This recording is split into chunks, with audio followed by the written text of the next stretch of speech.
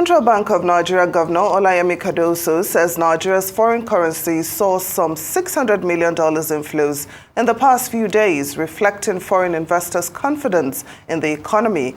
Cardoso told the IMF Head of Africa Department, Abebe Selassie, that the central bank has no intention to defend the naira or intervene to prop up the currency, but to allow a free FX market.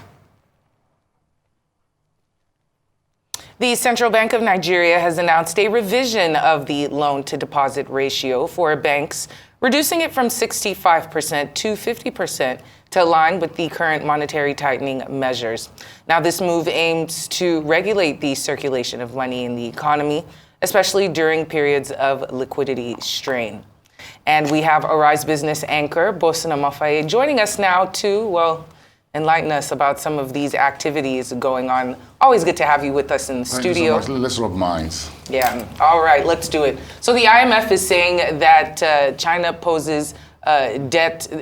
debt poses risks to global public finances. How does that work? The world's number one and number two economies, U.S. and China.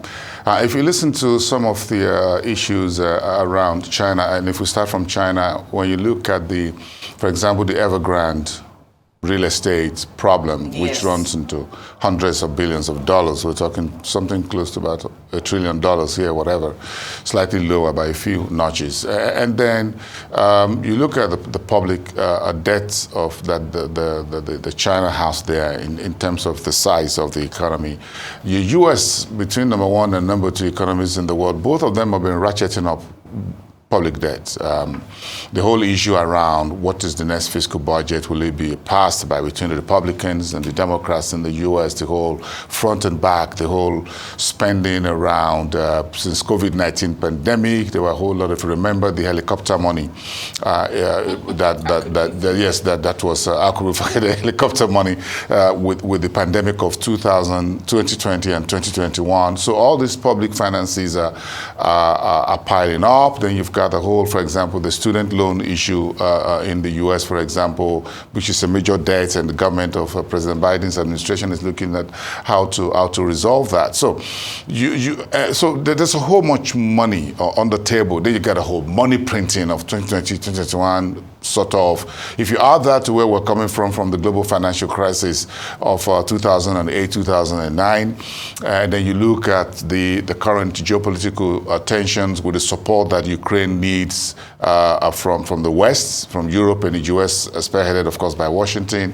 Then you're looking at the current Middle East tension as well. So you've got crisis on top of crisis that the U.S. would have to stand by and help the world keep some measure of peace, if you want to call it that way, and all that. So things are very, very difficult right now. So the ongoing World Bank, IMF spring meetings been pointing to the fact that developing countries will have to bear the cost of this, because that means that the U.S., China will have to keep interest rates a little bit higher for longer. They can't decelerate right now because growth will somewhat could be impacted. You find inflation around the world, so no one is sure when interest rate will start declining in these countries. That means that African countries, if we take it back home, that are borrowing Eurobond, whatever, will have to pay much higher for that.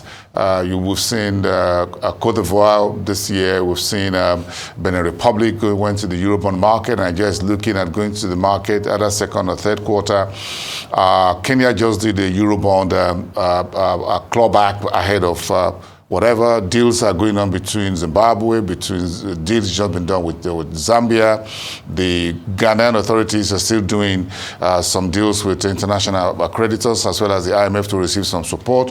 We just finished up with Egypt, as it were. Tunisia is having conversations with the IMF and the World Bank, and Nigeria as well. Egypt is still there. There are discussions also with Ethiopia and the IMF and the World Bank. So you find that the entire sub-Saharan Africa, including North Africa, are having conversations with either the World Bank or the IMF. It's all about support and funding support. So at what cost would all this come for Africa, especially for those who are going the route of Eurobond, for example? So that means that the cost of borrowing internationally remains highly elevated for us. We'll have to pay the existing loans, so we're trying to restructure part of this. We're having conversations with China on one hand, then we're having with Europe and the US at the other hand.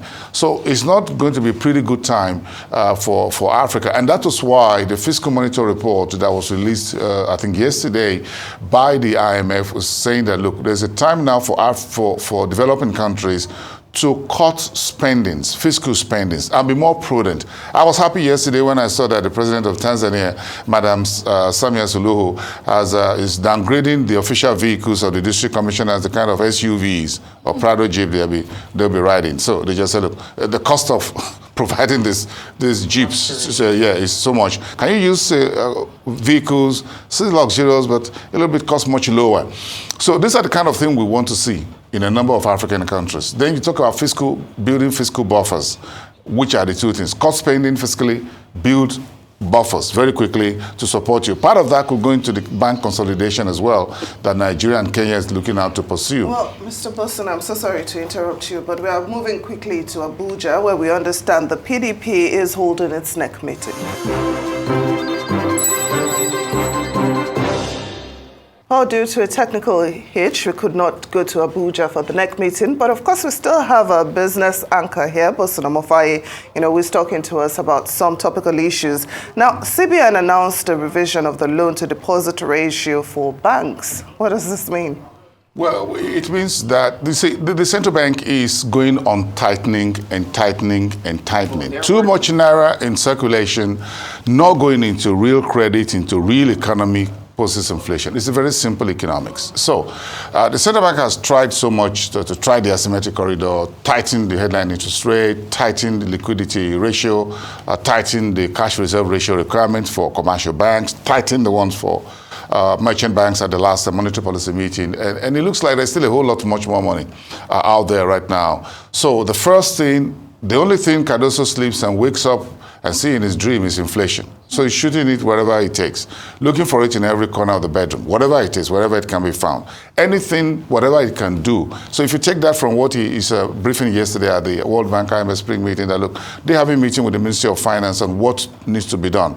We've created so much helicopter money during the past 8 years of the Harris administration with a whole lot of money around, not going into reproductive sector. So they go into speculations. Then we open up the dam, as it were, in terms of liquidity on the removal of fuel subsidy. Trillions of money every month pouring into the coffers of 36 states, the federal government and the FCT.